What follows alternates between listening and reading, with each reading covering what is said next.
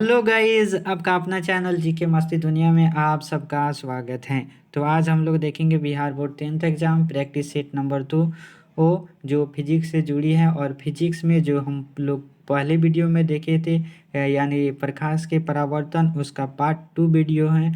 और मेरे वीडियो को आप लोग पहली बार देख रहे हैं तो मेरा पहले वाला वीडियो को जाकर देखें, तब उसके बाद ये देखें, तब और अच्छा से समझ में आएगा। इसका पार्ट 2 हम लेकर आए हैं। तो चलिए हम लोग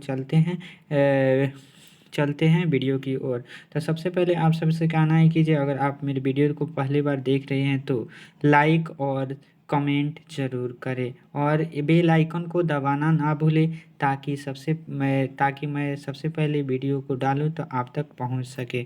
तो चलिए हम लोग शुरू करते हैं। तो हम लोग शुरू करते हैं यानी पहला पहला पहला क्वेश्चन को हम लोग हल करेंगे। पहला क्वेश्चन कह रहे हैं कि किसी शब्दकोश में दिए गए छोटे अक्षरों को पढ़ते समय आप कौन सा लेंस पसंद करेंगे।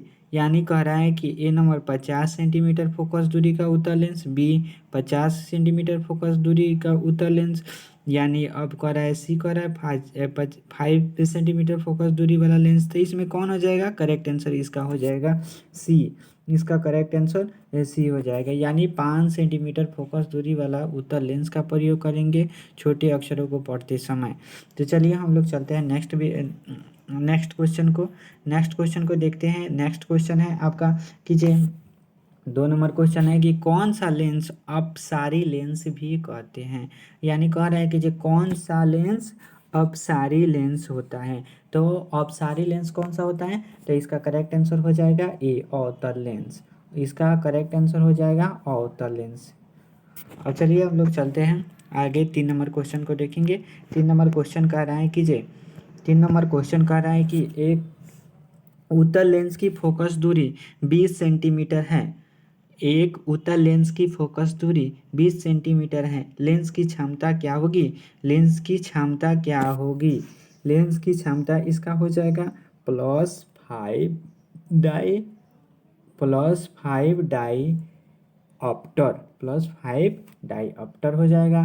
तो चलिए हम लोग चलते हैं नेक्स्ट क्वेश्चन को देखते हैं। नेक्स्ट क्वेश्चन कर रहे हैं यानी 4 नंबर क्वेश्चन कह रहे हैं लेंस में मुख्य फोकस की संख्या कितनी होती है। लेंस में मुख्य फोकस की संख्या कितनी होती है? तो इसका 4 नंबर क्वेश्चन का राइट आंसर हो जाएगा 2। इसका 2 हो जाएगा। तो चलिए हम नेक्स्ट क्वेश्चन को देखते हैं। क्वेश्चन नंबर 5 को देखते हैं। प्रकाश के अपवर्तन के कितने नियम हैं? यानी प्रकाश के अपवर्तन के कितने नियम हैं? इसका राइट आंसर हो जाएगा प्रकाश के अपवर्तन के 2 नियम हैं। हम लोग पहले वाला वीडियो में भी कवर किए थे। उस वीडियो को अगर देखे होंगे तो इसमें बहुत सारे क्वेश्चन हम दिया है जो आप लोग सॉल्व कर सकते हैं। तो चलिए हम नेक्स्ट वीडियो को देख रहे हैं, नेक्स्ट क्वेश्चन को देखते हैं। तो 6 नंबर क्वेश्चन को हम लोग देखेंगे। किस लेंस के द्वारा सिर्फ काल्पनिक प्रतिबिंब बनता है? किस लेंस के द्वारा काल्पनिक प्रतिबिंब बनता है? तो इसका 6 नंबर का करेक्ट आंसर हो जाएगा अवतल लेंस। अवतल लेंस के द्वारा एक काल्पनिक प्रतिबिंब बनता है। चलिए हम लोग चलते हैं नेक्स्ट क्वेश्चन को देखते हैं। नेक्स्ट क्वेश्चन है कि किसी माध्यम के अपवर्तन म्यू का मान होता है। यानी म्यू का मान क्या होता है? किसी माध्यम में म्यू का मान क्या होता है? उसका मान होता है। और इसका करेक्ट आंसर क्या हो जाएगा? आप लोग भी कमेंट में जवाब इसका लिखते रहिए सबसे पहले। तो इसका राइट आंसर क्या हो जाएगा? 7 नंबर क्वेश्चन का राइट आंसर हो जाएगा बी, आपतन कोण यानी परावर्तन। आई से आपतन कोण, रिफ्लेक्शन इसका हो जाता है sine i by sine r. तो चलिए हम नेक्स्ट क्वेश्चन को देखते रहे हैं कि अवतल लेंस के आवर्धन एम बराबर होता है। अवतल लेंस के आवर्धन एम क्या बराबर होता है? 8 नंबर क्वेश्चन को देखेंगे तो इसका राइट आंसर हो जाएगा भी बाई यू। अवतल लेंस में आवर्ध एम बराबर होता है, यानी एम इक्वल टू भी बाई यू। आवर्धन हो गया। तो अब नेक्स्ट क्वेश्चन को देख रहे हैं कि 9 नंबर क्वेश्चन को देख रहे हैं। 9 नंबर क्वेश्चन कह रहा है कि 2D क्षमता वाला लेंस का फोकसांतर होता है। 2D क्षमता वाला लेंस का फोकसांतर क्या होता है? तो 9 नंबर क्वेश्चन का करेक्ट आंसर हो जाएगा 2D यानी 50 सेंटीमीटर। 2D क्षमता वाला लेंस के फोकसांतर होता है 50। अब चलते हैं नेक्स्ट क्वेश्चन को देख रहे हैं। नेक्स्ट क्वेश्चन को देखेंगे, क्वेश्चन नंबर 10 को देखेंगे। 1 मीटर फोकस दूरी वाले उत्तल लेंस की क्षमता होगी 1 मीटर। कह रहा है कि 1 मीटर फोकस दूरी वाले उत्तल लेंस की क्षमता होगी। क्या क्षमता होगी? यानी इसका करेक्ट आंसर हो जाएगा 1D। ठीक है, 1 मीटर फोकस दूरी वाले उत्तल लेंस की क्षमता होती है क्या? 1D diameter. तो अब हम लोग नेक्स्ट क्वेश्चन को देख रहे हैं कि क्वेश्चन नंबर 11 को देख रहे हैं। क्वेश्चन नंबर 11 क्या कह रहा है कि एक उत्तल लेंस होता है। एक उत्तल लेंस होता है, क्या होता है? एक उत्तल लेंस क्या होता है? तो इसका राइट आंसर हो जाएगा किनारों की अपेक्षा बीच में मोटा होता है। इसका राइट आंसर हो जाएगा किनारों की अपेक्षा बीच में क्या होता है? मोटा होता है। चलिए हम लोग चलते हैं क्वेश्चन नंबर 12 को देखेंगे। क्वेश्चन नंबर 12 क्या कर रहा है कि 12 नंबर क्वेश्चन को हम लोग देख रहे हैं कि 12 नंबर कह रहे हैं कि किसी बीम का वास्तविक तथा समान आकार का प्रतिबिंब प्राप्त करने के लिए बीम को उत्तल लेंस के सामने कहाँ रखेंगे? बीम को उत्तल लेंस के सामने कहाँ रखेंगे? तो इसका करेक्ट आंसर हो जाएगा लेंस के मुख्य फोकस पर, यानी ए हो जाएगा इसका करेक्ट आंसर, लेंस के मुख्य फोकस पर। चलिए हम लोग चलते हैं नेक्स्ट क्वेश्चन है कि हम लोग देख रहे हैं कि निम्न में से कौन सा पदार्थ लेंस बनाने के लिए प्रयुक्त नहीं किया जा सकता है? लेंस बनाने के लिए प्रयुक्त नहीं किया जा सकता है, इस यानी कि उससे लेंस नहीं बन सकता है। तो ये मिट्टी नहीं हो सकता है, मिट्टी से लेंस बनेगा? नहीं बनेगा। तो चलिए वही बात है, तो हम लोग कवर करेंगे। क्वेश्चन नंबर 14 को देखेंगे। 14 क्या कर रहा है? 14 कह रहा है कि 14 नंबर क्वेश्चन है कि 14 नंबर क्वेश्चन कह रहा है कि दो माध्यमों की सीमा पृष्ठ पर एक प्रकाश किरण लंबवत आपतित होती है तो अपवर्तन कोण होता है यदि दो माध्यमों की सीमा पृष्ठ पर एक प्रकाश किरण, यानी एक प्रकाश किरण जब दो माध्यमों के बीच पृष्ठ पर एक प्रकाश किरण लंबवत आपतित होती है तो अपवर्तन कोण क्या होगा? अपवर्तन कोण इसका क्या होगा? 0 हो जाएगा। अब चलिए हम लोग चलते हैं 15 नंबर क्वेश्चन को देख रहे हैं। 15 नंबर क्वेश्चन कह रहा है कि 15 नंबर क्वेश्चन कह रहा है कि यदि आपतन कोण तथा अपवर्तन कोण R हो तो कोणीय विचलन होगा। कोणीय विचलन क्या होगा? I minus R। कोणीय विचलन नहीं हो जाएगा। अब चलिए हम लोग 16 नंबर क्वेश्चन को देख रहे हैं। 16 नंबर क्वेश्चन क्या कर रहा है? 16 नंबर क्वेश्चन कह रहा है कि जब प्रकाश की एक किरण दो माध्यमों को अलग करने वाली सतह पर लंबवत पड़ती है तो वह क्या होती है? जब प्रकाश की एक किरण दो माध्यम जब एक प्रकाश की किरण जब आती है तो दो माध्यमों को अलग करने वाली सतह पर लंबवत पड़ती है तो वह क्या कहलाता है? क्या होता है? तो बिना मुड़े सीधे निकल जाता है। बिना मुड़े सीधे क्या होता है? बिना मुड़े सीधे निकल जाता है। तो इसका करेक्ट आंसर हो जाएगा बी। इसका करेक्ट आंसर हो जाएगा, क्या हो जाएगा? बी। अब चलिए हम लोग चलते हैं नेक्स्ट क्वेश्चन को देख रहे हैं कि पानी से भरी बाल्टी की गहराई कम मालूम पड़ने का कारण, पानी से भरी बाल्टी की गहराई कम मालूम पड़ने के कारण क्या होता है? 17 नंबर क्वेश्चन को हम देख रहे हैं। 17 नंबर क्वेश्चन कह रहा है कि पानी में भरी बाल्टी की गहराई कम मालूम पड़ने पर क्या कारण हो सकता है? तो क्या कारण हो सकता है इसका? प्रकाश के अपवर्तन के कारण हो सकता है, प्रकाश के अपवर्तन के कारण। अब 18 नंबर क्वेश्चन को हम लोग देखेंगे। 18 नंबर क्वेश्चन कह रहा है कि जब प्रकाश एक माध्यम से दूसरे माध्यम में जाता है तो आपतन कोण होता है। क्या होता है? प्रकाश की चाल में परिवर्तन होने के कारण है। यानी करेक्ट आंसर इसका हो जाएगा, यही हो जाएगा।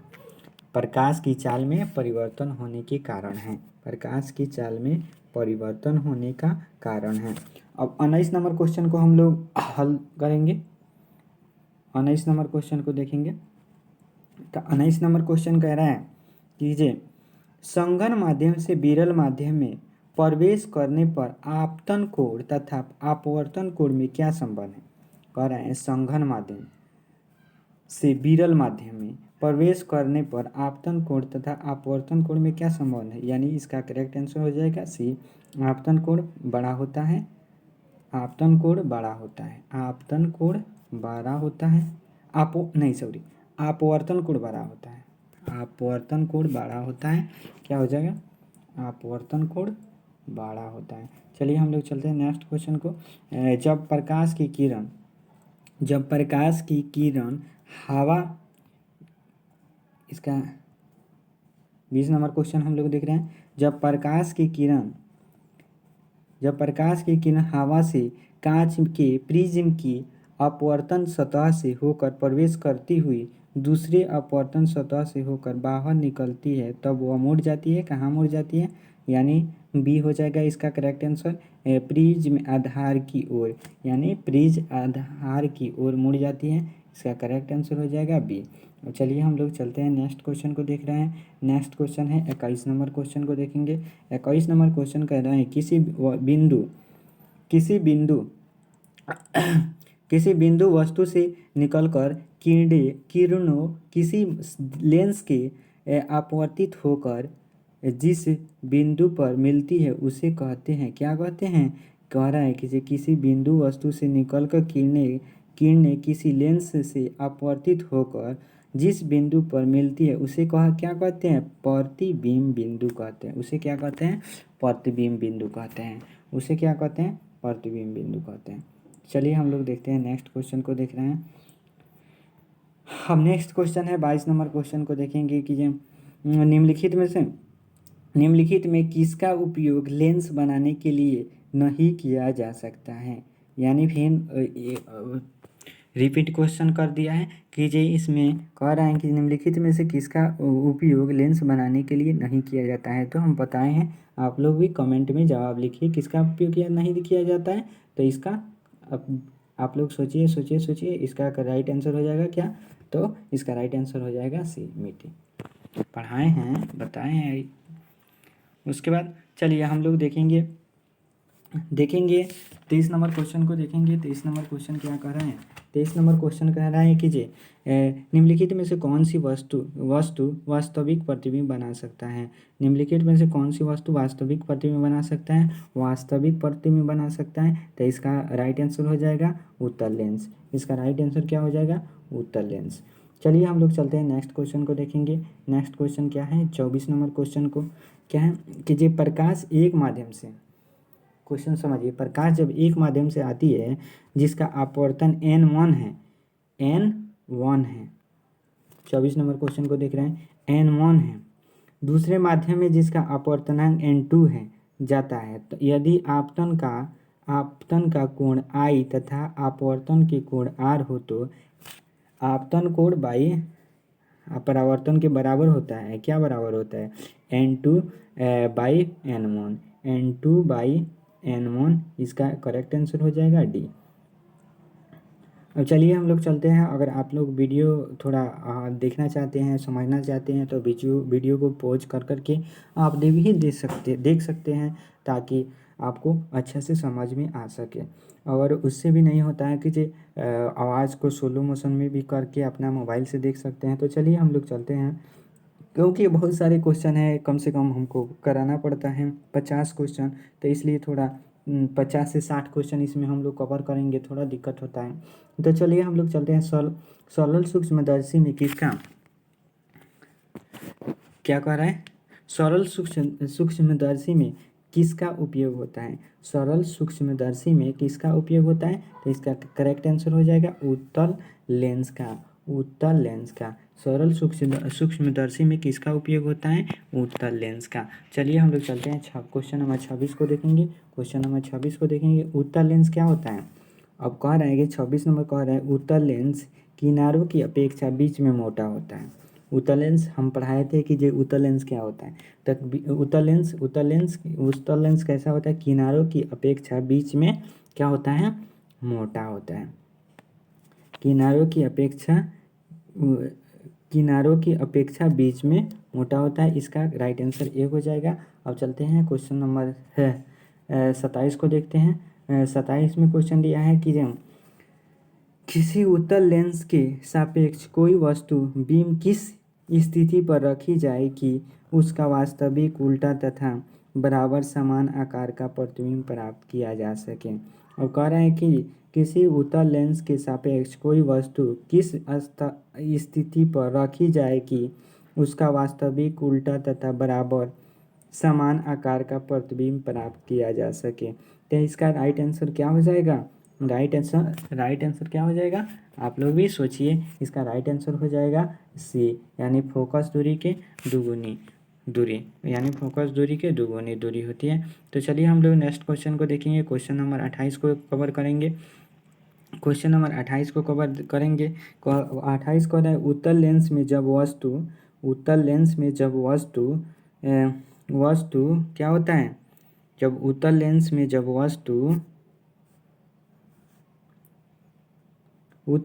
जब वस्तु बीम फोकस एवं लेंस के बीच रखी जाती है तब प्रतिबिंब बनता है। क्या बनता है? काल्पनिक और सीधा बनता है। इसका भी राइट आंसर ये हो जाएगा। अब देखेंगे कि जो 29 नंबर क्वेश्चन को देखेंगे। 29 नंबर क्वेश्चन को देखेंगे। 29 नंबर क्वेश्चन कह रहा है कि जो सूर्यास्त के समय स्थिज के नीचे चले जाने पर भी सूर्य कुछ समय तक दिखाई देता है। इसका कारण है प्रकाश का क्या होता है? अपवर्तन के कारण होता है। कुछ देर तक दिखाई देता है। इसका क्या कारण हो सकता है? प्रकाश के अपवर्तन के कारण हो सकता है। यदि लेंस के सामने वस्तु 2f पर रखी जाए तब यदि लेंस के सामने 2f पर रखी जाए तब उसका प्रतिबिंब बनेगा। क्या बनेगा? उसका प्रतिबिंब 2f पर ही प्रतिबिंब बनेगा। उसका कहाँ बनेगा? 2f पर प्रतिबिंब बनेगा। चलिए हम लोग चलते हैं नेक्स्ट क्वेश्चन को देख रहे हैं कि क्वेश्चन नंबर 31 को देखेंगे। सरल सूक्ष्मदर्शी में किसका उपयोग होता है? सरल सूक्ष्मदर्शी में किसका उपयोग होता है? तो इसका राइट आंसर हो जाएगा ए, उत्तल लेंस का। इसका राइट आंसर क्या हो जाएगा? उत्तल लेंस का। सरल सूक्ष्मदर्शी में किसका उपयोग किया जाता है? उत्तल लेंस का। इसका राइट आंसर उत्तल लेंस हो जाएगा। तो हम लोग नेक्स्ट क्वेश्चन को देखेंगे। क्वेश्चन नंबर देखेंगे 32 को। क्वेश्चन नंबर 32 को देखेंगे। क्वेश्चन नंबर 32 कह रहा है किस लेंस द्वारा केवल काल्पनिक आभासी प्रतिबिंब बनता है? किस लेंस के द्वारा केवल काल्पनिक आभासी प्रतिबिंब बनता है? तो इसका करेक्ट आंसर हो जाएगा ए। इसका करेक्ट आंसर क्या हो जाएगा? ए हो जाएगा। अब चलिए हम लोग चलते हैं नेक्स्ट क्वेश्चन को देखेंगे। क्वेश्चन नंबर 33 को देख रहे हैं। तो क्वेश्चन नंबर 33 को देखेंगे। 33 कह रहा है कि यदि वस्तु उत्तल लेंस के फोकस तथा फोकस दूरी की दूरी यदि वस्तु उत्तल लेंस के फोकस तथा फोकस दूरी की दूरी के बीच हो तो प्रतिबिंब क्या होगा? तो इसका करेक्ट आंसर हो जाएगा डी। इसका करेक्ट आंसर हो जाएगा डी। चलिए हम लोग चलते हैं आगे। 34 नंबर क्वेश्चन को देखेंगे। उत्तल लेंस को क्या लेंस भी कहा जाता है? उत्तल लेंस को क्या कहा जाता है? 34 नंबर क्वेश्चन का ये उसको देखेंगे। अभिसारी लेंस कहा जाता है। उत्तल लेंस को अभिसारी लेंस भी कहा जाता है। उत्तल लेंस को क्या कहा जाता है? अभिसारी लेंस भी कहा जाता है। चलिए नेक्स्ट क्वेश्चन को देखेंगे। क्वेश्चन नंबर 35 से लेंस की क्षमता व्यक्त की जाती है। लेंस की क्षमता क्या चीज़ से व्यक्त की जाती है? लेंस की क्षमता फोकस दूरी के व्युत्क्रम द्वारा फोकस दूरी के व्युत्क्रम द्वारा। लेंस की क्षमता फोकस दूरी के व्युत्क्रम के द्वारा।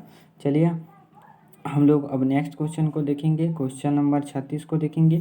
क्वेश्चन नंबर 36 क्या कह रहा है कि ये 36 कह रहा है कि ये क्वेश्चन नंबर 36, हाँ चलिए 36 कह रहा है कि ये उत्तल लेंस द्वारा आवर्धित काल्पनिक प्रतिबिंब तब बनता है जब वस्तु रहती है। कहाँ रहती है? उत्तल लेंस द्वारा आवर्धित काल्पनिक प्रतिबिंब तब बनता है जब वस्तु रहती है। तो सी इसका राइट आंसर हो जाएगा। सी फोकस और लेंस के बीच, फोकस और लेंस के बीच, फोकस और लेंस के बीच। अब क्वेश्चन नंबर हम देखेंगे 37 का क्वेश्चन नंबर को देखेंगे।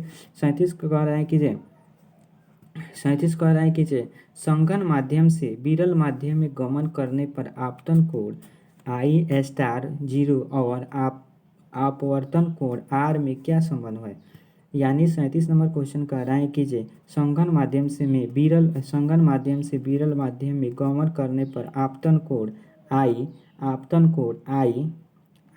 कोण I is not equal to 0 और अपवर्तन कोण R में क्या संबंध है? तो इसका करेक्ट आंसर हो जाएगा R बड़ा है I से, यानी करेक्ट आंसर ए सी हो जाएगा। चलिए हम लोग चलते हैं 38 नंबर क्वेश्चन को देखेंगे।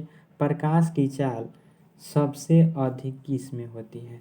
ये क्वेश्चन बहुत बार पूछता है कि जो प्रकाश की चाल सबसे अधिक किस में होती है? तो इसका करेक्ट आंसर हो जाएगा निर्वात में, यानी शून्य में प्रकाश की चाल बहुत अधिक होती है।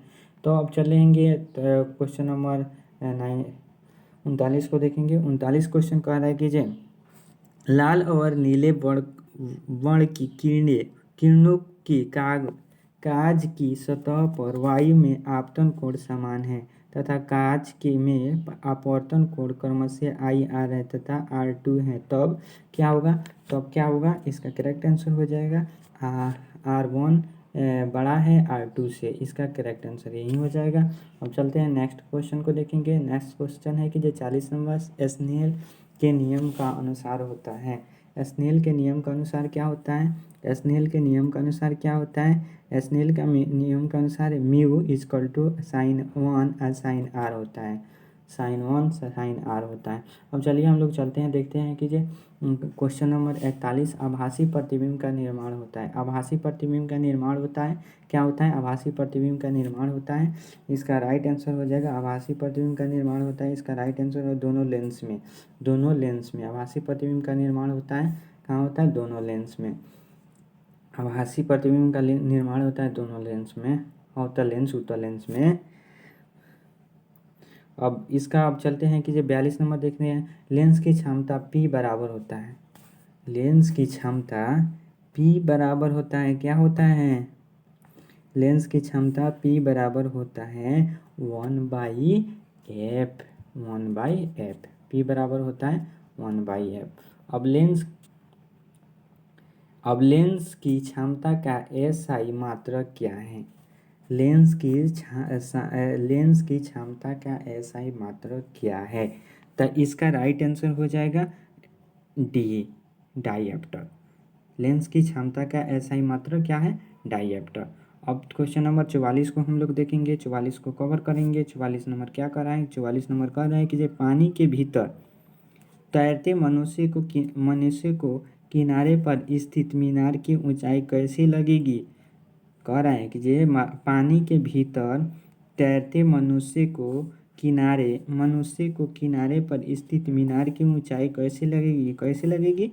इसका ए हो जाएगा, इसका करेक्ट आंसर ए हो जाएगा। चलिए हम लोग चलते हैं नेक्स्ट क्वेश्चन को देखेंगे। नेक्स्ट क्वेश्चन कह रहा है 45 नंबर क्वेश्चन कह रहा है कि जे 45 नंबर क्वेश्चन कह रहा है कि शीशे के स्लैब से जब प्रकाश का अपवर्तन होता है, शीशे के स्लैब से जब प्रकाश का अपवर्तन होता है तो उसमें क्या होता है?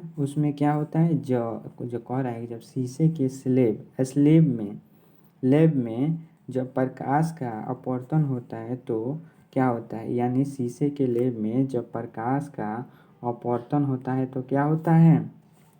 तो इसका राइट आंसर हो जाएगा डी, यानी विचलन नहीं होता है पर परावर्त विस्थापन होता है। अब चलिए हम लोग चलते हैं क्वेश्चन नंबर 46 को देखेंगे कि 46 नंबर किस तरह है। तो 46 नंबर क्वेश्चन है कि जो निम्नलिखित में से कौन सी वस्तु वास्तविक प्रतिबिंब बना सकता है। निम्नलिखित में से कौन सी वस्तु वास्तविक प्रतिबिंब बना सकता है। निम्न में से कौन सी वस्तु वास्तविक प्रतिबिंब बना सकता है। वास्तविक प्रतिबिंब कौन सा प्रतिबिंब बना सकता है। तो इसका करेक्ट आंसर हो जाएगा उत्तल लेंस। उत्तल लेंस वास्तविक प्रतिबिंब बना सकता है, उसका करेक्ट आंसर हो जाएगा उत्तल लेंस। चलिए हम लोग चलते हैं क्वेश्चन नंबर 47 को देखेंगे। 47 नंबर क्वेश्चन कह रहा है कि प्रकाश की एक किरण जब विरल माध्यम से संगन माध्यम में आती है तब वह क्या होता है। प्रकाश की एक किरण जब विरल माध्यम से संगन माध्यम में आती है तब वह क्या होता है। अविलोम की ओर मुड़ जाती है। अविलोम की ओर मुड़ जाती है। अब चलिए हम लोग चलते हैं नेक्स्ट क्वेश्चन को। क्वेश्चन नंबर 48 को देखेंगे। जब प्रकाश की एक किरण एक माध्यम से दूसरे माध्यम में जाती है तो अपने पूर्व पथ से विचलित हो जाती है। इसे कहते हैं, क्या कहते हैं, प्रकाश का अपवर्तन। जब प्रकाश की एक किरण एक माध्यम से दूसरे माध्यम में जाती है तो अपने पूर्व पथ से विचलित हो जाती है। इसे कहते हैं प्रकाश का अपवर्तन। चलिए नेक्स्ट क्वेश्चन को हम लोग देखेंगे। क्वेश्चन नंबर 49 को देखेंगे। 49 को देखेंगे।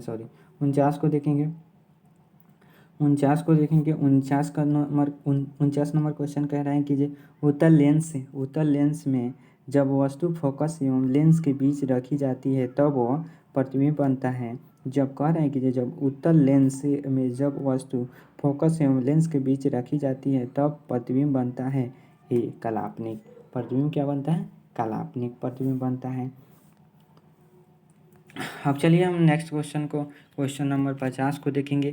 क्वेश्चन नंबर 50 क्या कह रहा है। क्वेश्चन नंबर 50 कह रहा है लेंस का प्रत्येक छोटा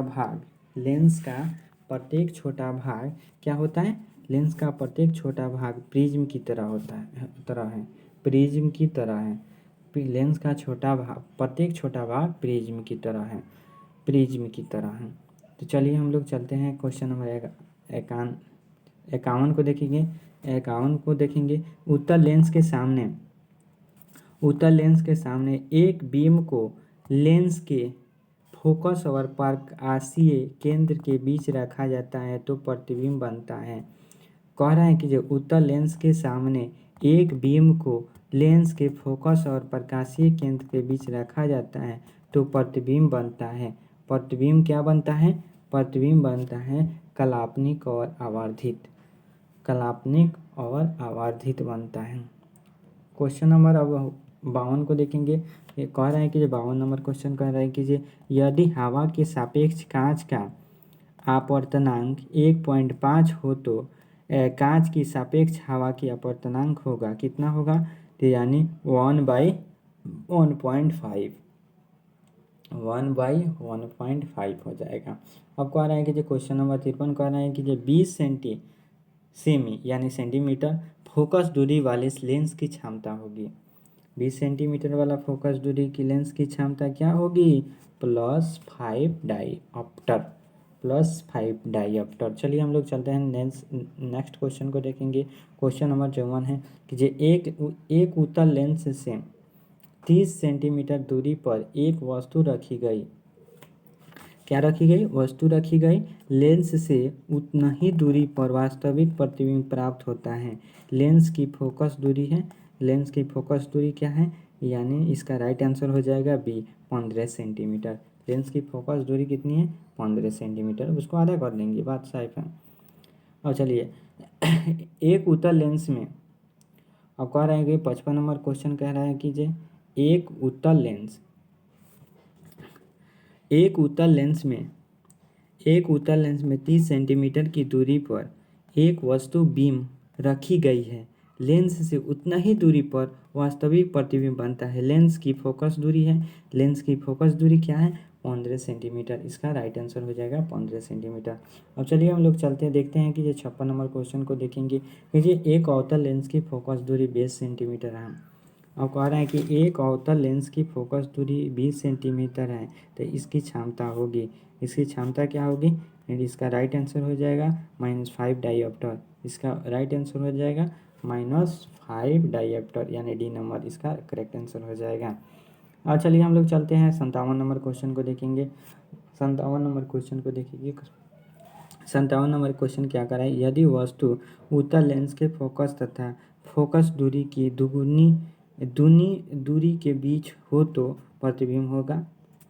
कह रहे हैं कि यदि वस्तु उत्तल लेंस की फोकस तथा फोकस दूरी की दूनी दूरी के बीच हो तो प्रतिबिंब क्या होगा, तो इसका राइट आंसर हो जाएगा इसका राइट आंसर हो जाएगा, ये नहीं होगा, नहीं डी हो जाएगा राइट आंसर वास्तव